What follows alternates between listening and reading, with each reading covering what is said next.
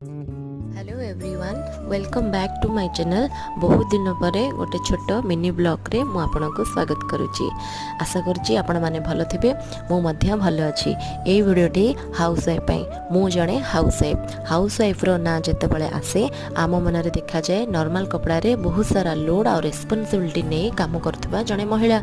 अलग फिल्ड रे तो तांको काम क्वालिफिकेशन अनुसार सीट वैल्यू आउ सैलरी डिसाइड होता है, किंतु आम हाउस वाइफ हवा कौन से एजुकेशन आमको मैटर करनी। आम बिना सैलरी भी एते भल जॉब करूँ। अनलिमिटेड वर्किंग टाइम भी आमर थाए। बिना कौन ऑब्जेक्शन रे निज ड्यूटी निभेवा आमको आमर ड्यूटी ही लगे। आउ मते मो घर को मो परिवार को सिस्टमेटिक मैनेज करिया को मते बहुत भल लगे। मो वीडियोटी आपण माने देखुथिले भल लागुथिले लाइक करिवे, शेयर करिवे एंड सब्सक्राइब करिवे। नेक्स्ट वीडियो रे पुणी देखा हबा। एमती भल भल कथा हबा। रहिली, बाय बाय।